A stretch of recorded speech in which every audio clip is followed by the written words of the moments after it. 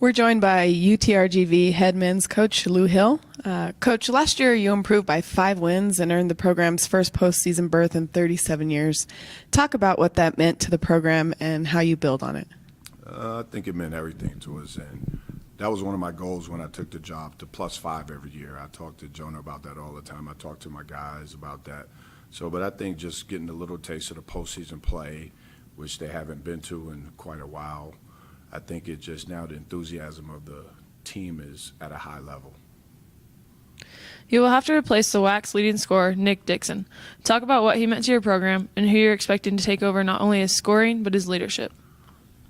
Well, losing Nick, is a lot. He was top in all the categories in the WAC. I mean, probably second in steals, first in scoring, probably one of the top rebounding guards. So he did a lot of things for us, but we had to do it by committee.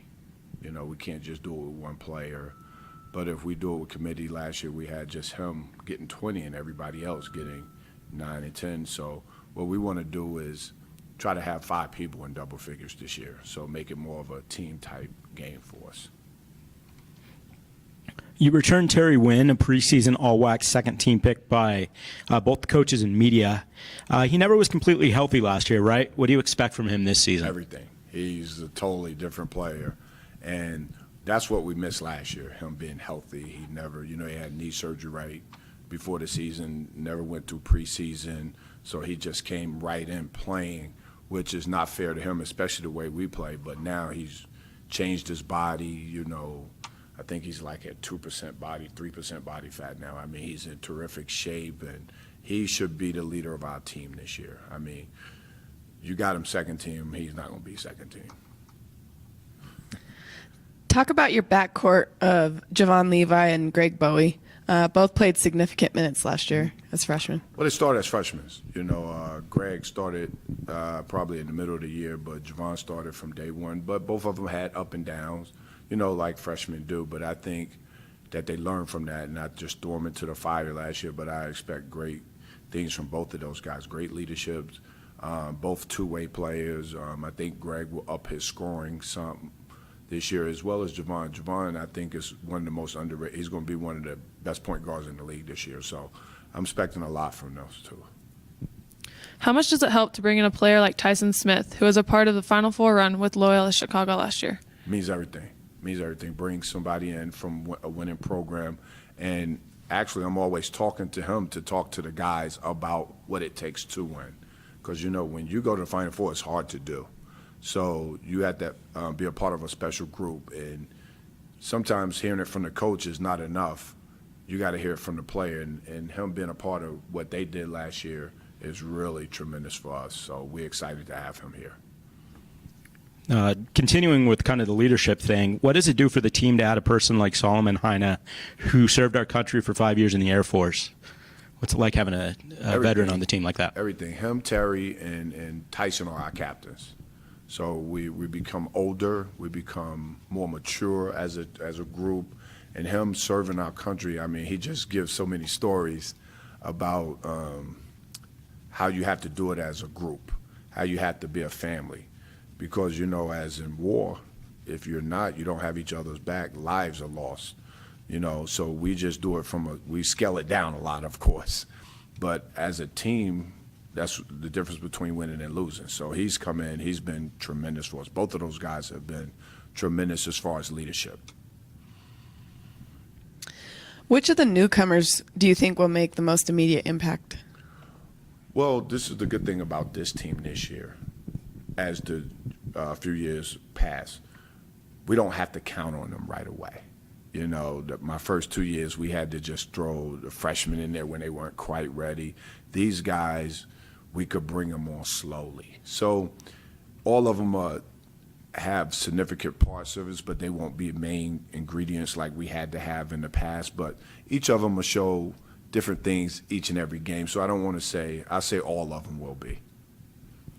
You host Oklahoma this season, the program you spent 5 seasons with before you became the head coach at UTRGV. What does that game mean to you? Everything.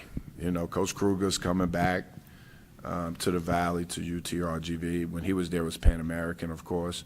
But him just coming down and doing a favor for myself and the community and the university. It means a lot, but it shows the character of who he is and what he's about, but hopefully the Valley will come out and support, because to have a top program like Oklahoma coming to your place usually doesn't happen, not to a place like us or to any major schools. But Coach Kruger is going from us, and then he's going to UTSA right after that. So he loves his assistant coaches. That's why I'll say that. He loves his former assistant coaches. But for us to play a good game like that and to show our guys that we can get good teams down here instead of always having to go on the road to play a top-tier team means everything. But, obviously we got our work cut out for us, but that's why you play the game. And we're excited and thankful for them coming down. Talk about what it does for your team to start the season with a pair of home games this year. It means everything. I think Jonah set me up my first year. My first 10 games was on the road.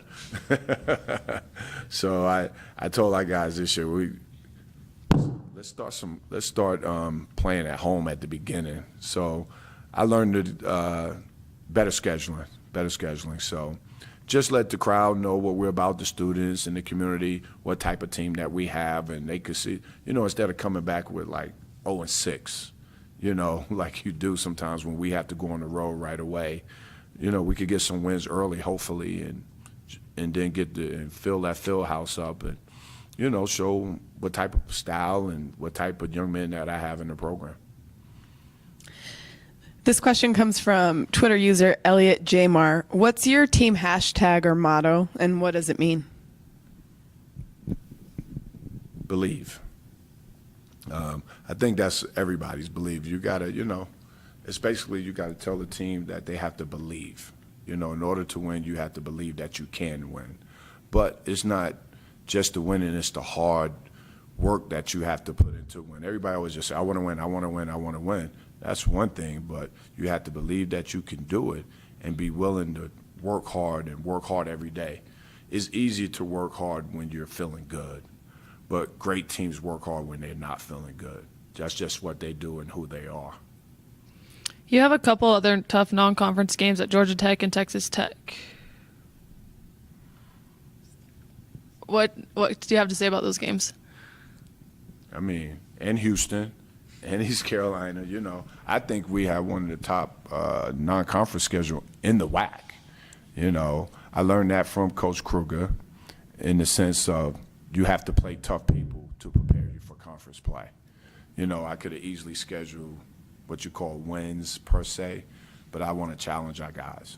I want to challenge them early so when we get into the conference, into those tough, hard knock games, we know how to respond and know how to handle adversity when we down 5 with, 8 minutes to go. We know how to grind and come back and win. So you got to play those type of games to challenge you. So we're excited about the opportunity. You were able to take your team to Costa Rica in August. How did that help you prepare for the season, and what did it do for team chemistry?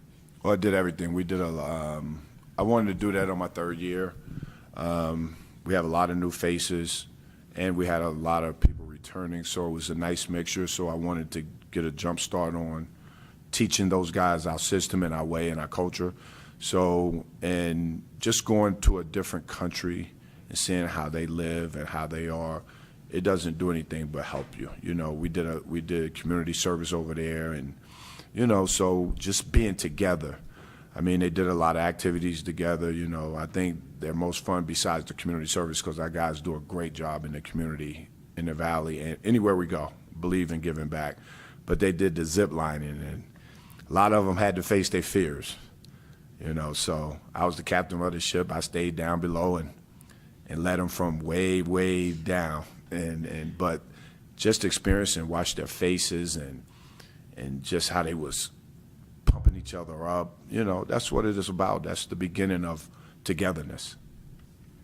Most of the schools that went participated in one community service event, but you guys did too, right? We did, actually. What was the importance of that to you? I believe in it. That's my whole thing. It's just part of my background. From how I grew up, I've always wanted to help and give back. And so that's the big thing that I talk to my team about. Hey, man, when you're complaining, there's always people less fortunate than you. So I want them to see it face to face. You know, I don't want to just be one of those coaches just talk about it. We got to be out there in the grind and help it. You know, I have a favorite saying, if all I could do for my guys is basketball, I'm no good to them. So I got to teach them about life and, you know, ups and downs and trials and tribulations that, you know, we complain about things. We have nothing to complain about. So that's why we do a lot of community service and helping people. Talk about the recent success of the WAC and the direction the league is heading.